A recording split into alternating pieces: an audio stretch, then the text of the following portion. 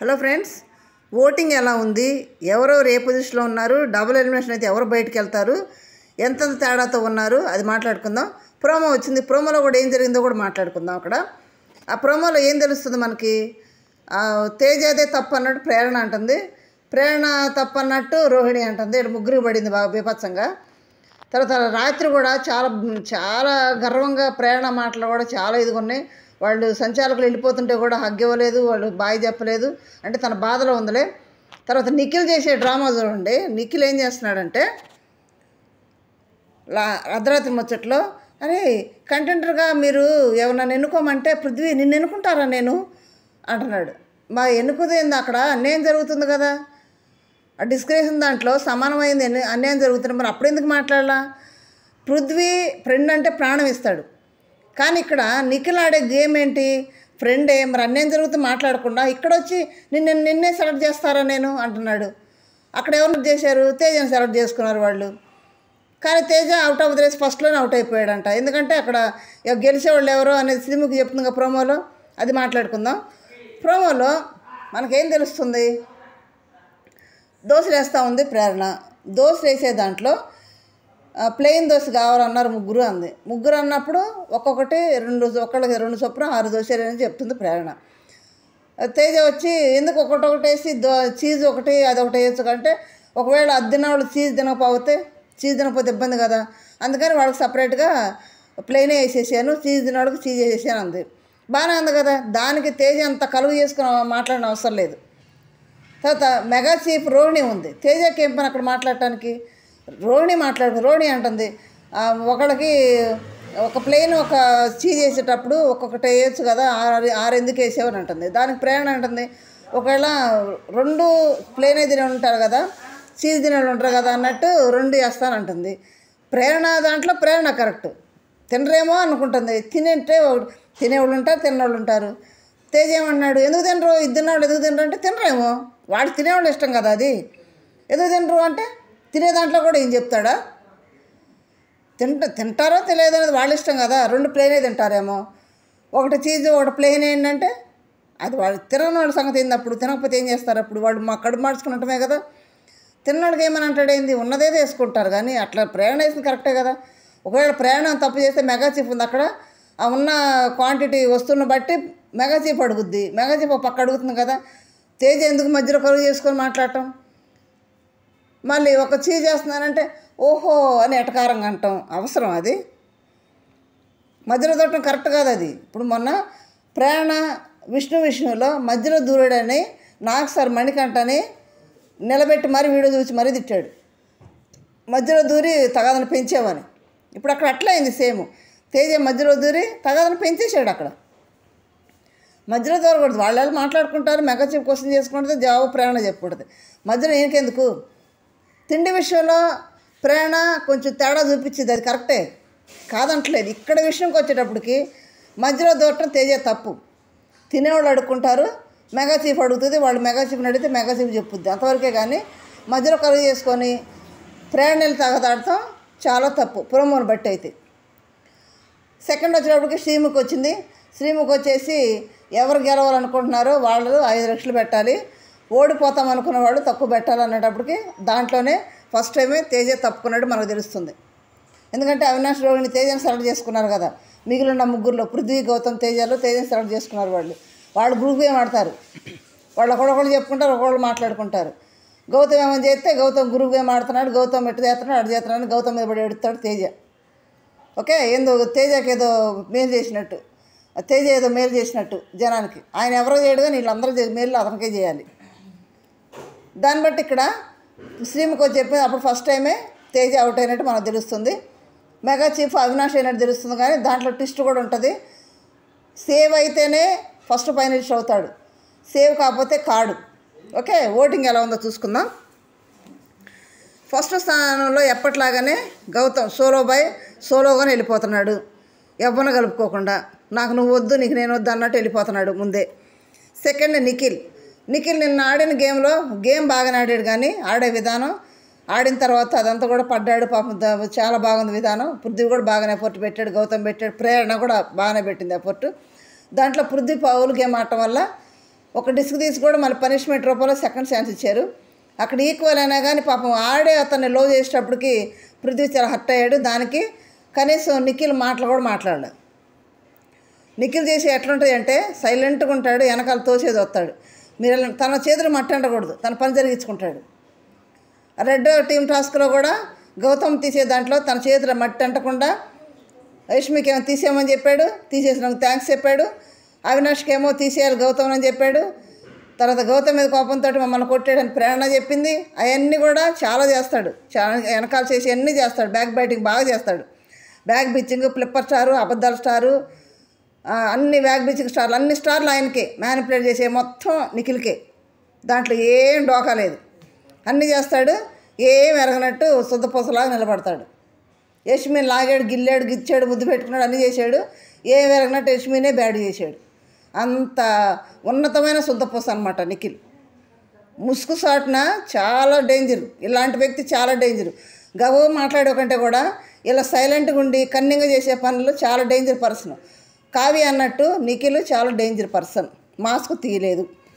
తర్వాత పృథ్వీ నేను నిన్నే ఎంచుకుంటారా అంటున్నాడు. ఇది ఎట్లా కరెక్ట్? ముందేం చేశాడు మరి, ఇప్పుడు ఎంచుకుంటాను మరి? కన్నీళ్ళు దొరకటానికి బాధపడుతున్నాడు కదా. మళ్ళీ ఏమంటాడు ప్రేరణ దగ్గరికి వెళ్ళి, అబ్బా నువ్వు భలే ఇచ్చి పడేసావు, పృథ్వీకి అయితే మాటలు లేవు, భయపడిపోయింది అని ప్రేరణని మళ్ళీ రెచ్చగొడతాం, ప్రేరణను పొగట్టం. మళ్ళీ మాట్లాడుతుంటే పెదాలు కూడా కదలవు, అంత నాగ్గా మాట్లాడతాడు నిఖిల్. చాలా నాగ్గా మాట్లాడతాడు.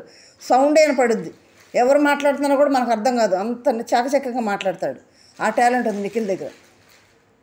మరి ఎందుకు ఓట్లు వేస్తున్నారంటే వేస్తారు. సీరియల్ బ్యాచ్ ఉండారు, మన తెలుగు వాళ్ళు ఉండారు కదా, సీరియల్ కోసం పడిసొచ్చేవాళ్ళు ఉండారు కదా, వాళ్ళు వేస్తారు. ఆల్రెడీ ఏదో సోషల్ మీడియాలో చాలా హల్చల్ చేస్తున్న వాళ్ళు ఏదో తెలుగు బిగ్ బాస్లో మన కన్నడ వాళ్ళు గెలవాలి, తెలుగు వాళ్ళు ముందు మన హవా చూపించాలన్నట్టు ఏదో జరుగుతుందని ఏదో చెప్తున్నారు. మరి అది ఎంతవరకు కరెక్టో తెలియదు. కానీ అంటే వాళ్ళు సపోర్ట్ చేస్తున్నప్పుడు మనం సపోర్ట్ చేసుకోండి, ఒక జరిగేది అది కరెక్ట్ అయితే. ఇక అది పక్కన పెడితే సెకండ్ పొజిషన్లో నిఖిల్ కొనసాగుతున్నాడు. థర్డ్ పొజిషన్లో ప్రేరణ అయితే థర్డ్ పొజిషన్లోకి ఎవరిని రానేను, నేను అటు పోనట్టు మాట్లాడుతున్నా, అటు ఇటు అవుతున్నాయి. నబీల్ ప్రేరణ ఓటింగ్ ఆ కిందకి మీదకి అవుతూ ఉన్నారు వాళ్ళిద్దరు. ఎందుకంటే హౌస్లో కూడా ఫ్రెండ్స్ వాళ్ళిద్దరే కదా. కాబట్టి ప్రేరణ గుండా నబీల్ ఆట డ్యామేజ్ అయ్యింది. 100కి 1000% ఇది గ్యారంటీ. ఎందుకంటే నబీల్ 5 వారాల ముందు కూడా తను వంటకుంటూ తను మాట్లాడుకుంటూ నామినేషన్ చేసుకుంటూ బాగున్నాడు. ప్రేరణ ఎప్పుడైతే వాళ్ళ గ్రూప్ గేమ్లో చేరాడో, ప్రేరణ ఎప్పుడైతే నబీల్కి టచ్ అయిందో అప్పటి నుంచి బ్యాక్ బీచింగ్ చేయడం నేర్పించింది నబీల్కి ప్రేరణ సైలెంట్గా ఉంటే నబీల్ మాట్లాడు కదా, ప్రతి ఒక్కరు తీసుకెళ్ళి నబీల్తో డిస్కషన్ పెడతాం. ఇప్పుడు మాట్లాడుతూ ఉంటే ఎదురు మాట్లాడుకున్నాడు కదా, దాన్ని బట్టి నబీల్ కూడా ప్రొసీడ్ అయిపోయి మాట్లాడటం. ఇక బ్యాక్ బీచింగ్ నేర్పించింది. ప్రతిదీ వెళ్ళి డిస్కస్ చేయటం, ప్రతిదీ వెళ్ళి కూడా నబీల్ కదిలించి మాట్లాడటం. పొనుగునేది ఒక చోటే కదా, చక్క కదిలించి మాట్లాడుతుంది. నబీల్ ఆడ అక్కడ చెడిపోవడానికి కారణం ప్రేరణ మాటలు. ప్రేరణ గేమ్ బాగానే ఉంది, మరి ప్రేరణ బాగానే కాపాడుకుంది. మన నబీల్ ఆటనే చెడగొట్టింది. మన నబీల్ ఇది ఎందుకు అర్థం కావట్లేదు, తెలియట్లేదు. ప్రేరణతోటి మాటలు డిస్కషన్ పెట్టేటప్పుడు ఒకవేళ మణికంఠని తీసేయాలి, మనం నామినేట్ చేయొద్దు, మణికంఠ ఎందుకు ఓట్లు పడుతున్నాయి వాళ్ళు డిస్కస్ చేసేటప్పుడు నబీల్ ఏమన్నాడు, ఏమో కొంచెం వాడు సైలెంట్గా ఉంటాడు కదా, ఎవరిని పట్టించుకోడు కదా, సింపతిగా కూడా ఓట్లు పడవచ్చేమో, అట్లా పాజిటివ్గా ఉన్నట్టు మాట్లాడితే బాగుంటుంది. ఇక్కడ కూడా ప్రేరణ ఏదైనా చెప్పినప్పుడు ఏమో అట్లా కాదేమో కదా, ఒక పాయింట్ ఆఫ్ వ్యూలో అట్లా వేరే ఆలోచించుకోవచ్చు కదా, అట్లా మాట్లాడితే బాగుంటుంది. ఇక్కడ ఈమెతో చేరి ఈమె భజన చేస్తూ ఈమె మాటలకి చప్పట్లు కొడతా ఉండేటప్పటికి నబీల్ కూడా ప్రేరణ బాటలోకి వెళ్ళిపోయాడు. బ్యాక్ బీచింగ్ చేయటం బాగా నేర్చుకున్నాడు. కాబట్టి నువ్వు హౌస్లోనే కాదు, మన ఇద్దరం కూడా ఓటింగ్లోనే పోటీ పడదాం అన్నట్టు, ఓటింగ్లో నువ్వా నేను అన్నట్టు ఉన్నారు 3rd 4th పొజిషన్లో నబీల్, ప్రేరణ.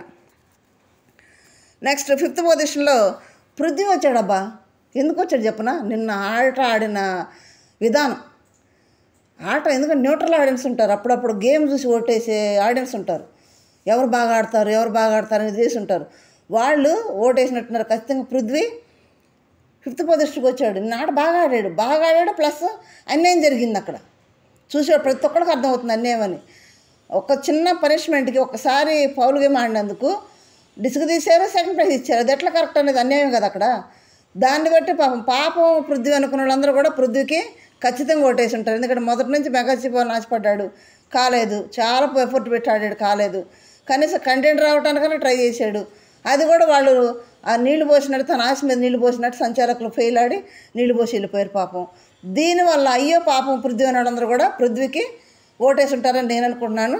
పృథ్వీ 5th పొజిషన్లోకి వచ్చేసాడు. అది కూడా పెద్ద డిఫరెన్స్ ఏం లేదు, కొద్ది డిఫరెన్స్లే. ఒక్కొక్కరికి ఫస్ట్ 2 స్థానాలు, ఒకటి నిఖిల్ గౌతమ్ స్థానాలు వదిలిపెడితే మిగతా వాళ్ళందరూ కూడా కొద్ది స్థానాలు డిఫరెంట్లతోటే, పెద్ద తేడా ఏం కూడా ఏం లేదు. తర్వాత తేజ 6th పొజిషన్లో, 7th అవినాష్, 8th విష్ణు ఉన్నాడు. ఇప్పుడు ఫస్ట్ 4 అట్లా పెడితే నబీల్ కాడ నుంచి పైన నబీల్, ప్రేరణ, నిఖిల్, గౌతమ్ 4 అట్లా పెడితే నా పాయింట్ ఆఫ్ వ్యూలో నేను కొంచెం తేడా ఉంది కాబట్టి నేను అనుకున్నది ఏంటంటే ఫస్ట్ 2 స్థానాలు పక్కన పెట్టేసేయండి, గౌతమ్, నిఖిల్ పక్కన పెట్టేసేయండి. మిగిలిన 6 కూడా కొంచెం డిఫరెన్సే ఉంది కాబట్టి వాళ్ళు ఎవరిని పంపాలనుకుంటే వాళ్ళని పంపవచ్చు. ఇది కన్ఫామ్.